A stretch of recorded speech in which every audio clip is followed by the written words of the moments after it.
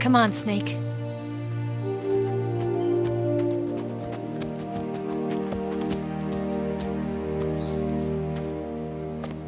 We made it.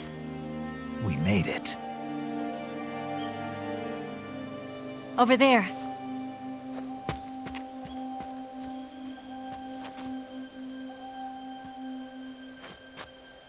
It's the boss, isn't it? I'll go get the wig ready to take off. Right. I'll leave you two alone. But come back in one piece, okay?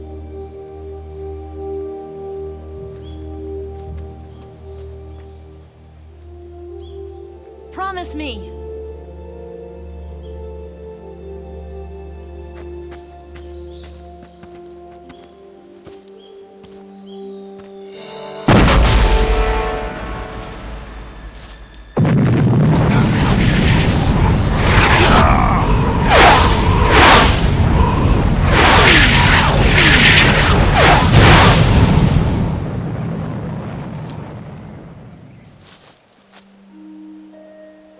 Life's end.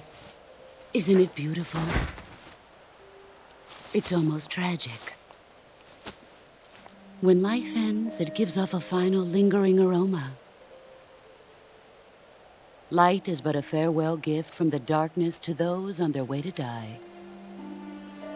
I've been waiting, Snake, for a long time. Waiting for your birth, your growth, and the finality of today. Boss. Why are you doing this? Why? To make the world one again. The world used to be whole.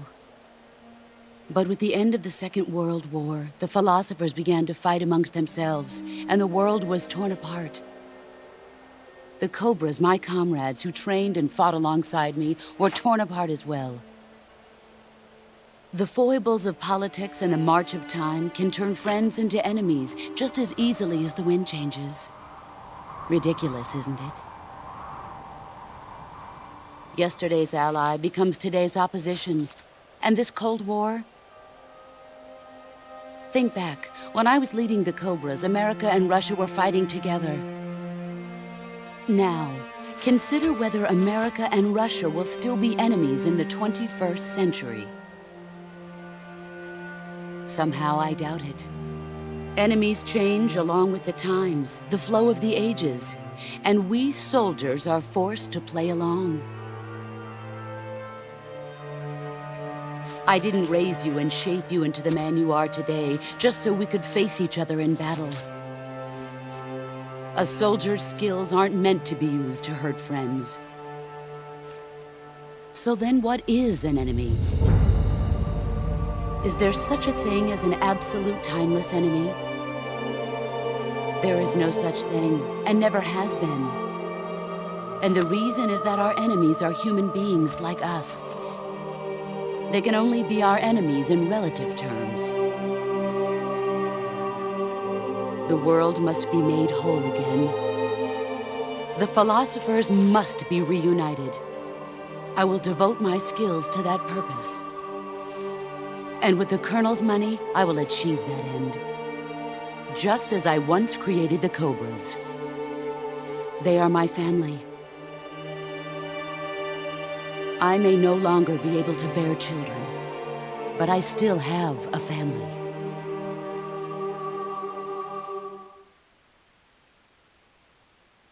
It was November 1st, 1951. I was in the Nevada desert participating in atomic testing. The name Nevada is derived from Spanish, covered in snow, white as snow. And snow is exactly what I saw in that Nevada desert. It froze my blood white.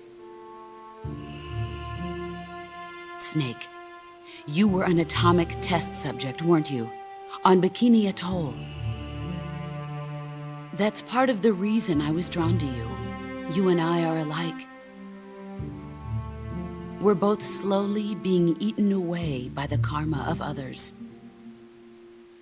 we'll never have the chance to die peacefully of old age. We have no tomorrow. But we can still have hope for the future. In 1960, I saw a vision of the ideal future from space. 3 years earlier, the Soviet Union had succeeded in launching Sputnik, the first man-made satellite in history, into orbit. This came as a huge shock to the United States. In response, America threw everything it had into its own manned spaceflight project, the Mercury program. Even as the Soviets seemed poised to send their first man into space, America was still experimenting with chimpanzees and rockets. The government wanted human data, so they secretly decided to send a human being into space. I was the one they chose. At the time, they didn't have the technology to block out cosmic rays, and whoever they sent up would inevitably be exposed to heavy radiation. That's why they chose me. After all, I'd already been irradiated once. Of course, you won't find any of this in the history books. I could see the planet as it appeared from space. That's when it finally hit me. Space exploration is nothing but another game in the power struggle between the US and the USSR. Politics, economics, the arms race, they're all just arenas for meaningless competition. I'm sure you can see that, but the Earth itself has no boundaries. No East, no West, no Cold War. And the irony of it is, the United States and the Soviet Union are spending billions on their space programs and the missile race, only to arrive at the same conclusion. In the 21st century, everyone will be able to see that we are all just inhabitants of a little celestial body called Earth. A world without communism or capitalism, that is the world I wanted to see. But reality continued to betray me. In 1961, I was sent to Cuba, to Bahia de Cochinos.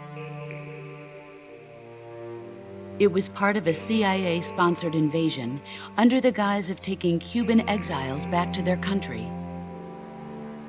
But the US government betrayed them. Our weak-kneed president held back their air support. Defenseless, the exiles were annihilated by the Cuban army. All I could do was watch in silence.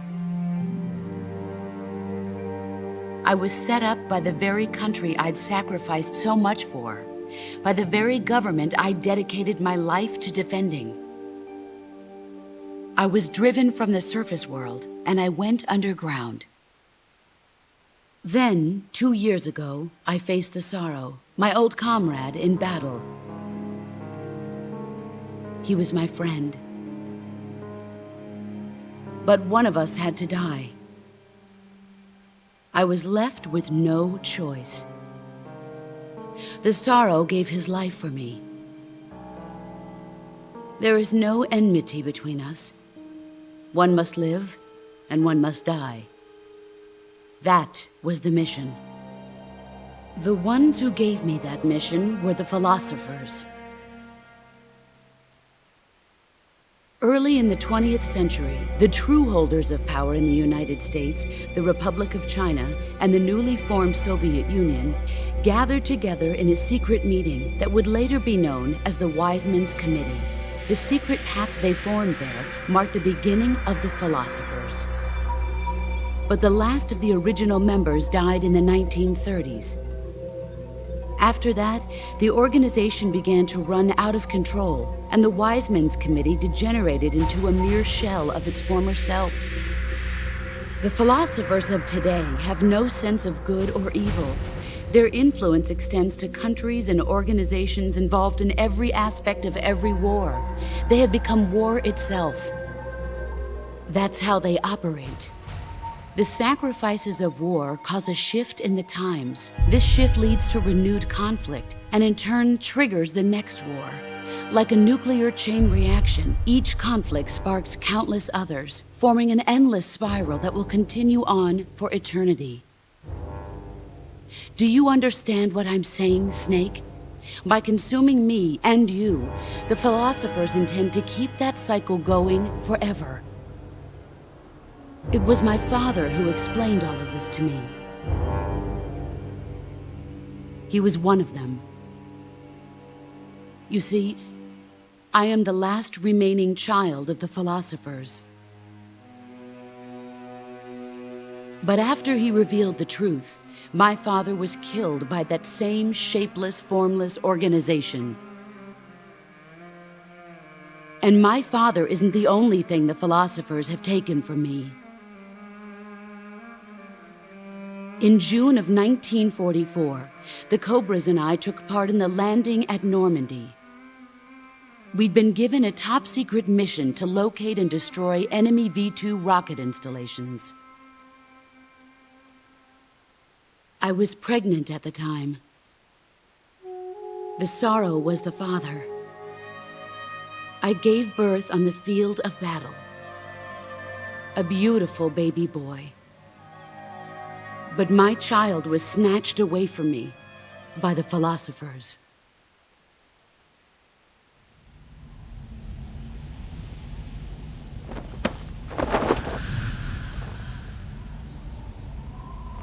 Look at this scar.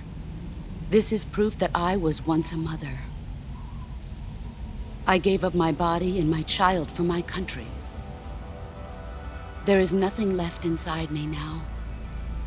Nothing at all. No hatred, not even regret. And yet sometimes at night, I can still feel the pain creeping up inside me, slithering through my body like a snake.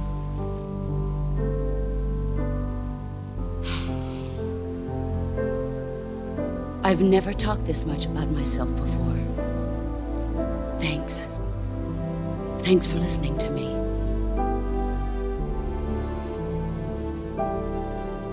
I feel content. Snake, commence the operation. I raised you. I loved you. I've given you weapons, taught you techniques, endowed you with knowledge. There is nothing more for me to give you. All that's left for you to take is my life, by your own hand. One must die, and one must live. No victory, no defeat. The survivor will carry on the fight. It is our destiny. The one who survives will inherit the title of boss.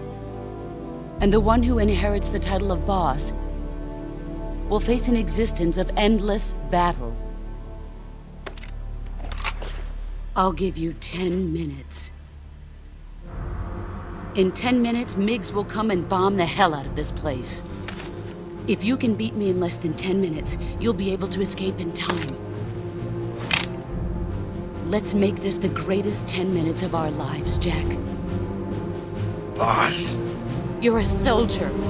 Finish your mission. Prove your loyalty. Face me. Let's see what you're made of.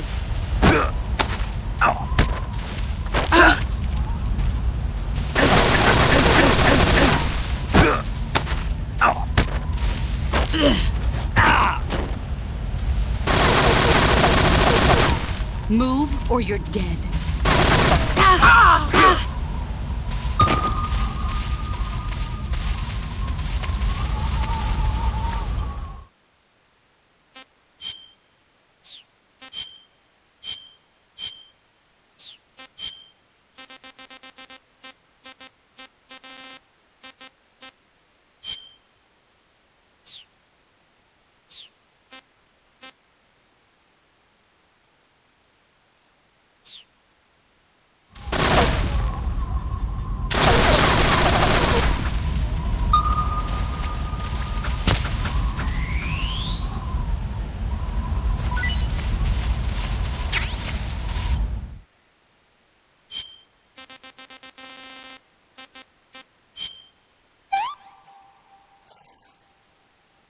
I've had enough. That's enough. No more.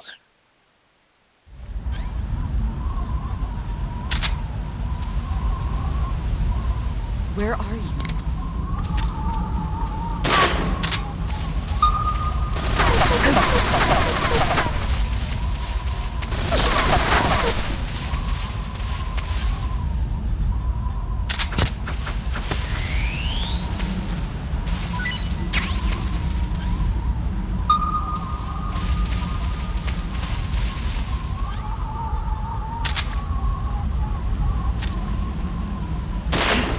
Found you.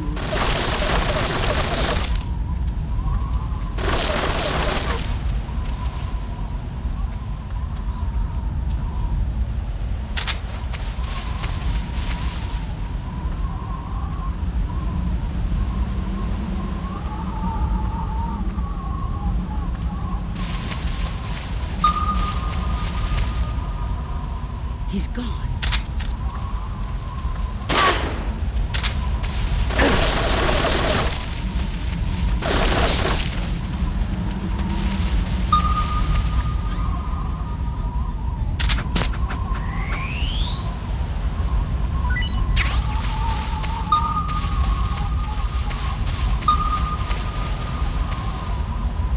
He's gone.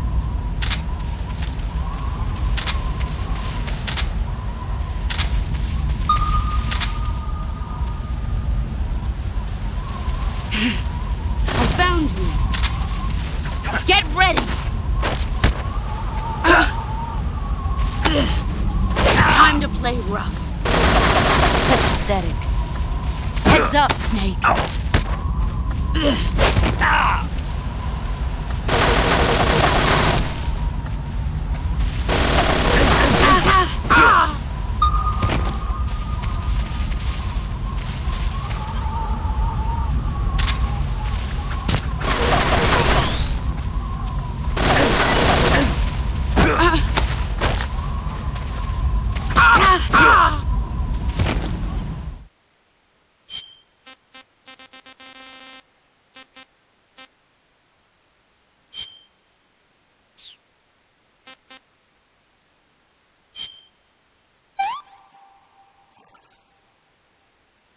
Delicious.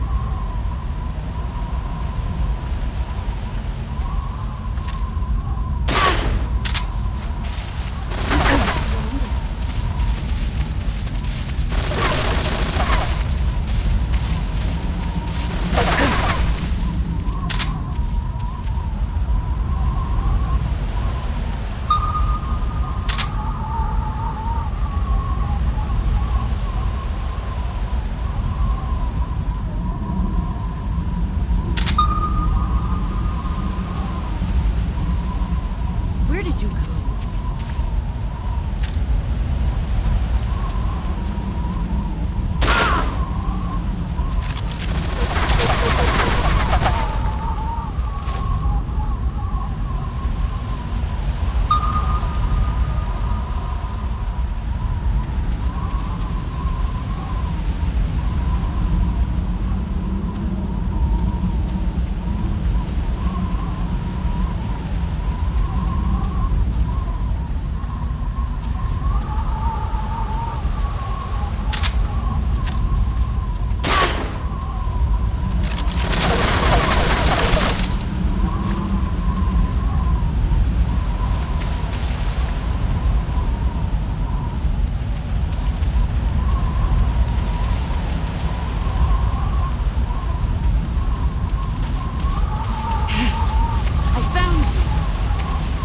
Brace yourself.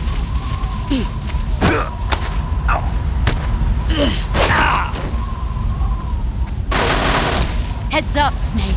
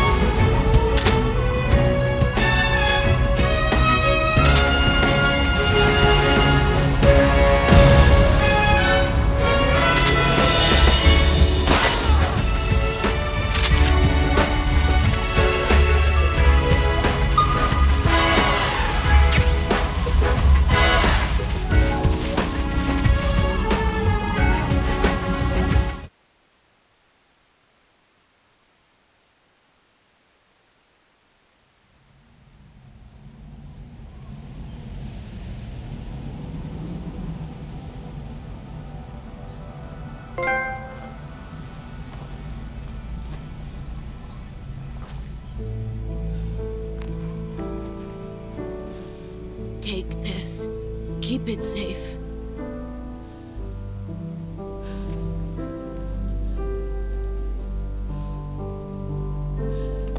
It's our only hope.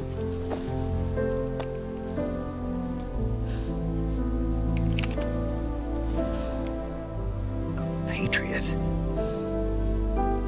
Why are you giving me this? Jack.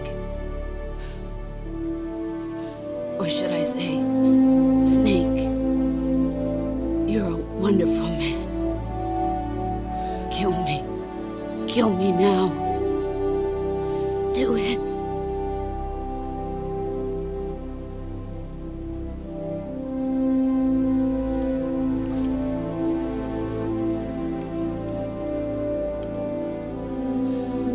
There's only room for one boss and one Snake.